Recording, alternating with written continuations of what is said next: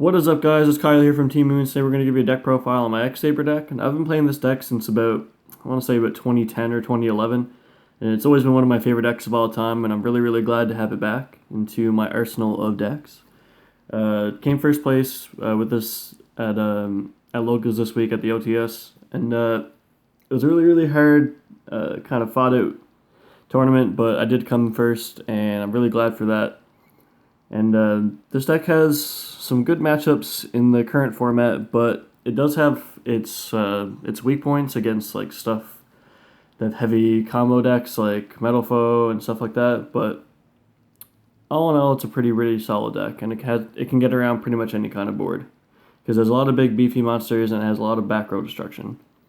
So getting into the deck profile, guys, we have your 3 Heart and Soul of the deck. You have 3 Bogart Knight. He's like your Marauding Captain for the deck. When you summon him, you summon another X-Saber from your hand. He's really good for Synchro plays and Exceed plays because you can only use him for an X-Saber Synchro, but he doesn't say anything about Exceeds because it came out way before that time. But it's really good for that. It's a really good starter card. So you run 3 of that. Next, you run 3 of your boy. You got 3 Dark Soul. He's your Searcher deck. You need to run 3 of this card. He is insane. I wish they still had the ruling where if you sent the same Dark Soul multiple times per turn, you get multiple searches per turn. But now it's ruled that you only get one search per copy, but it's still really solid. Next, you run probably your brickiest monster, but he's also one of your best monsters. You run 3 Fall Roll. He kind of bricks because if you hard draw 2 in a row, then you're kind of screwed because you can't really summon anything. But if you control 2 X-Sabers, you can special him for free from your hand. And then he's a monster reborn pretty much from your graveyard every single turn. Next, we run 3 Embers Blades. I was thinking about cutting this down to 2 because there is a lot of monster destruction other than battle. So his effect wouldn't really go off all that much, but when it does, he does float like crazy. He's kind of like a Yang Zing monster, and he sets you up for your next turn play.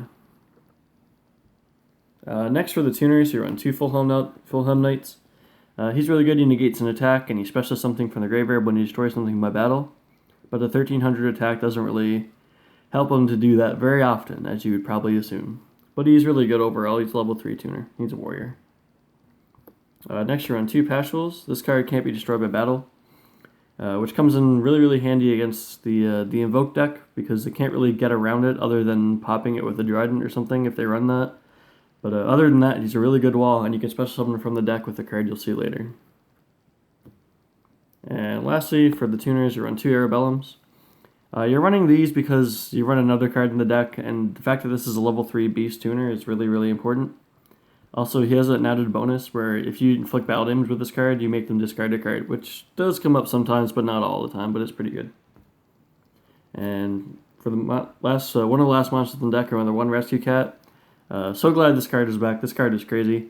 It special summons a Dark Soul and an Arabellum from your deck pretty much because it's 2 level 3 beasts. And that lets you go into a Humanoid to blow up 3 back row and you get a search in the end phase. This card is just insane. So that's a lot of Crystal Wing plays as well.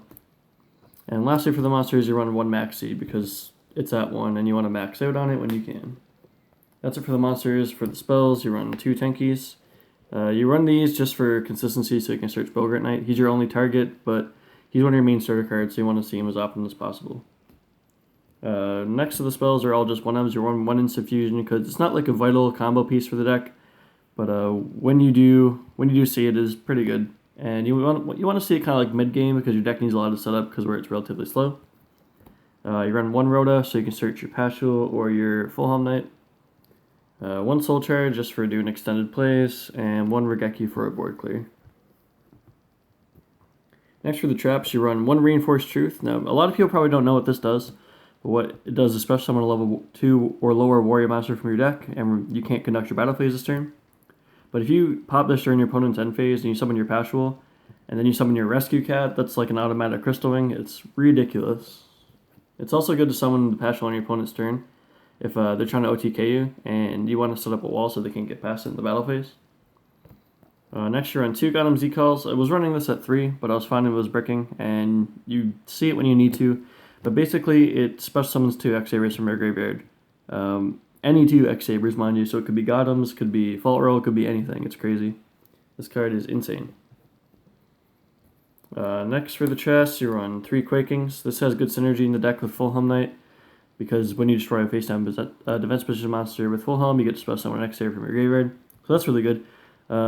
This deck also needs a lot of defense because it's kind of slow compared to the rest of the decks in the format, and it needs a lot of setup time, so this kind of enables that.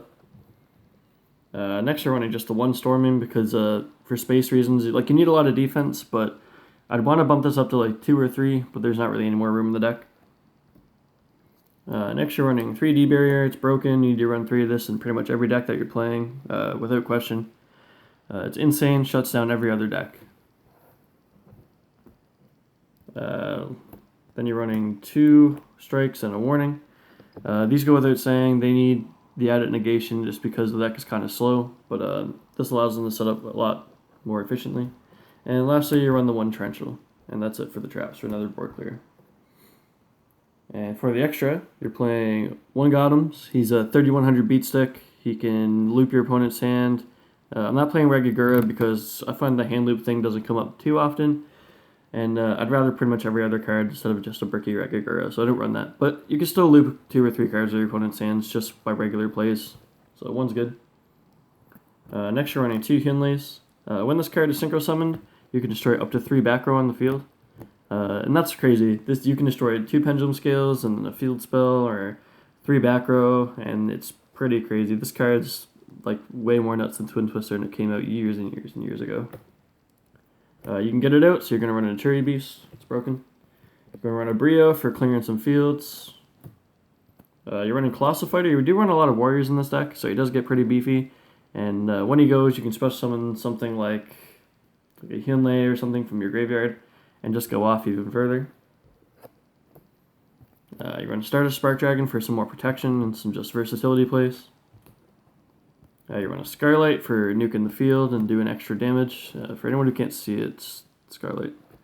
So you need to run this just so you can have an added board clear other than Regeki and Torrential and stuff. Like I was saying earlier, there's a lot of potential for Crystal Wing in this deck, so you want to run it. I get it out pretty much every single game within the first 2 turns, so it's pretty great. You're also running a Trish, just because you can summon a level 3 and then use your Gotham Z-Call and go into 2 more level 3s, and there's your Trish right there. That's it for the synchros. Now we're going through Infusion target. It's Norden. It goes without saying, it's pretty obvious what it's going to be.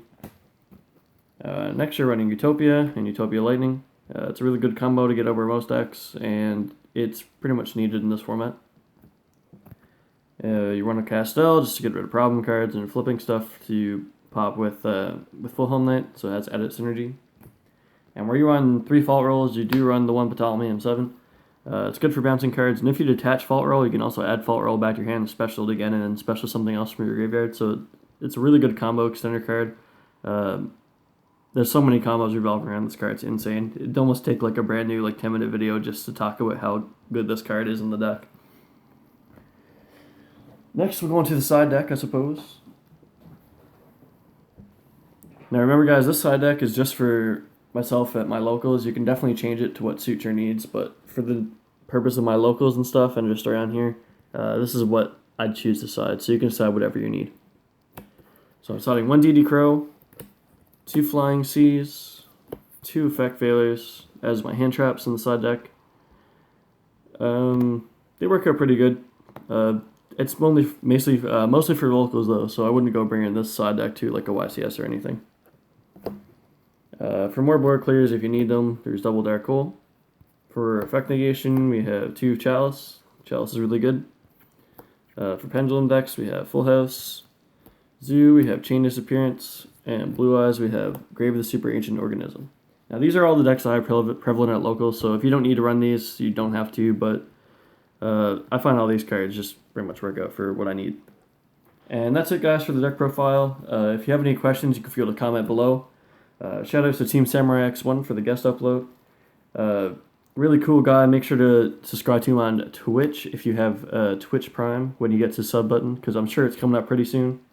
Make sure to subscribe to the channel and like the video if you want to see more like this. And thanks a lot guys. Goodbye.